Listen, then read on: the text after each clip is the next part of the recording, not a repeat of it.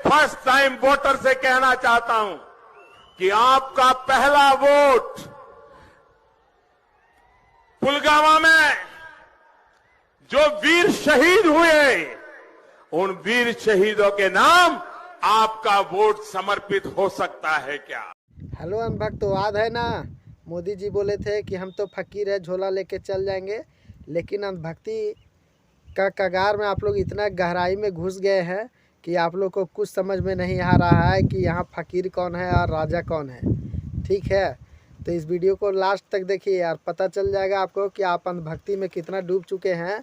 इतना नीचे गुफा में चले गए हैं कि उससे निकलने का आपको जो है समय नहीं मिल रहा, दिमाग ही नहीं काम कर रहा है कि कहाँ। अगर नहीं काम कर रहा है तो मेरा वीडियो देखिए, ठीक है। आपको जो है वो गुफा से बाहर निकल के जो है अंधभक्ति का राज उगल देगा।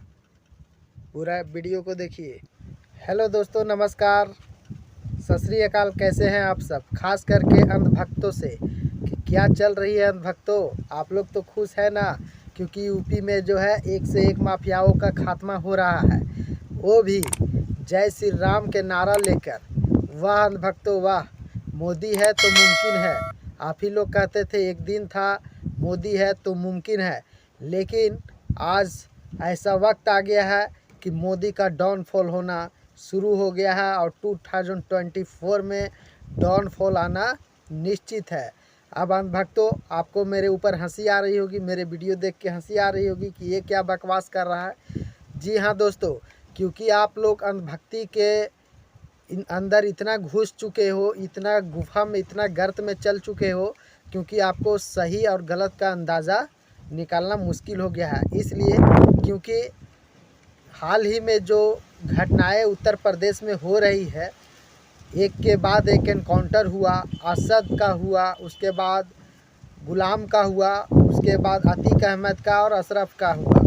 आप लोग तो खुश हैं क्योंकि अतीक का जो और अशरफ का जो एनकाउंटर हुआ उसमें तो जय श्री राम का नारा लगा। वाह, कितना खुशी का बात है ना कि जय श्री राम का नारा लगाया। अरे मूर्खों, क्यों जय श्री राम का नाम बर्बाद कर रहे हो इस हिंदू और मुसलमान करके। उमेश पाल का हत्या हुआ, इससे मुस्लिमों को क्या फ़ायदा मिला। अतीक अहमद का अगर एनकाउंटर होता है तो इसमें जय श्री राम नारा लगाने की क्या बात हुआ। क्या श्री रामचंद्र भगवान ये बोल के गए थे कि मुस्लिमों को मारना है या मुस्लिमों को भगाना है। वो तो धर्म के प्रति अपना जान निछावर कर देते थे, लेकिन आप लोग जो है उनका नाम बर्बाद करने में तुले हो। दूसरी बात ये है कि आप लोग इतना गर्त में चले गए हो अंधभक्ति के कि सही और गलत का हिसाब नहीं है आपके पास, समझ नहीं है। इसलिए अरे समझो, दिमाग लगाओ कि यूपी में जो है एनकाउंटर पे एनकाउंटर हो रहा है, उसका रीज़न क्या है। अगर अंधभक्तों रीज़न नहीं जानते हो तो मेरा बात सुनो, ठीक है, उस पर गौर करो कि सत्यपाल मलिक जी ने कितना ताबड़तोड़ इंटरव्यू दिया और उसमें सच्चाइयाँ दिखी। करण थापर का जो इंटरव्यू था उसमें साफ शब्दों में बोला कि मोदी जी को करप्शन से नफ़रत नहीं है।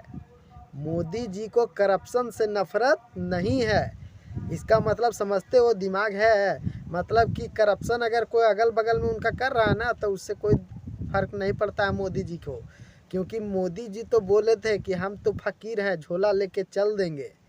लेकिन यहाँ पे गेम उल्टा हो गया है। सत्यपाल मलिक जी फकीर हैं, उनको कोई नहीं बिगाड़ सकता है सच्चाई के तजुर्बे पे। आखिर क्यों चुप है, दिमाग लगाओ दिमाग। आखिर पुलवामा अटैक पर क्यों नहीं बोल रहे हैं मोदी जी।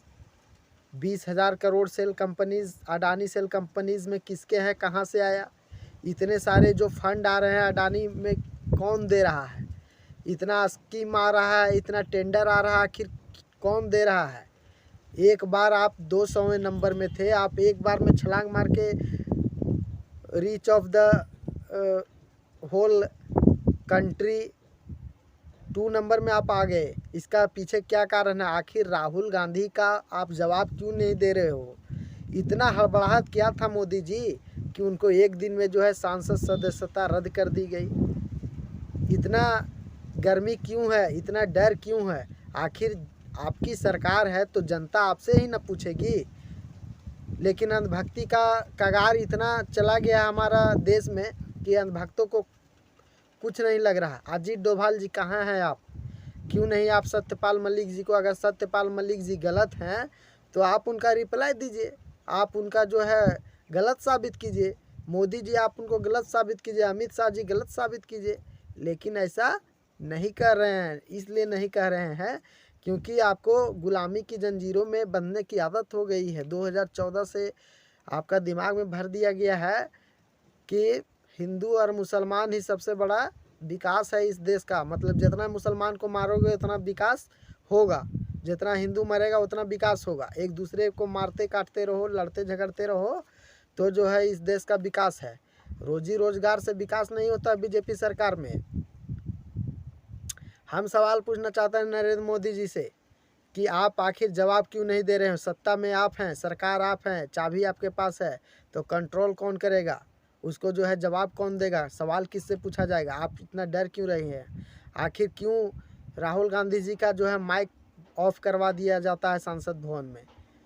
पूरे सांसद भवन जो है कांग्रेस का जो है बोलने नहीं दिया जाता है, क्यों? अगर उन लोग जवाब भी देना चाहते हैं तो आप लोग हल्ला गुदाल करके जो सांसद भंग करवा दे रहे हैं, इसके पीछे क्या कारण ज़रा खुल के बताइए।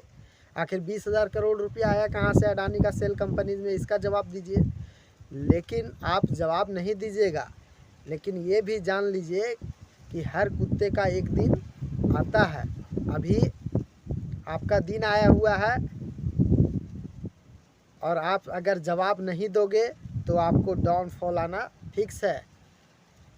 वो वीडियो याद है ना, जब 2019 में जब पुलवामा अटैक हुआ था और पहली बार जब स्पीच देने के लिए आए थे मोदी जी और जब भीख मांग रहे थे सैनिकों के नाम पे कि सैनिकों के नाम पे दे दो भीख, सैनिकों के नाम पे वोट दे दो, एक वोट आपको शहादत का नाम। उसी समय आप लोग समझ नहीं पाए मित्रों और ये फिर से गलती कर दिए। हम ये नहीं बोल रहे हैं कि आपकी इसमें गलती है। मेरा कहने का मतलब है कि अगर आपने एयरक्राफ्ट देने से मना किया तो आप गलती क्यों नहीं स्वीकार करते हैं कि हाँ ये मेरी गलती थी, मैंने एयरक्राफ्ट नहीं दिया।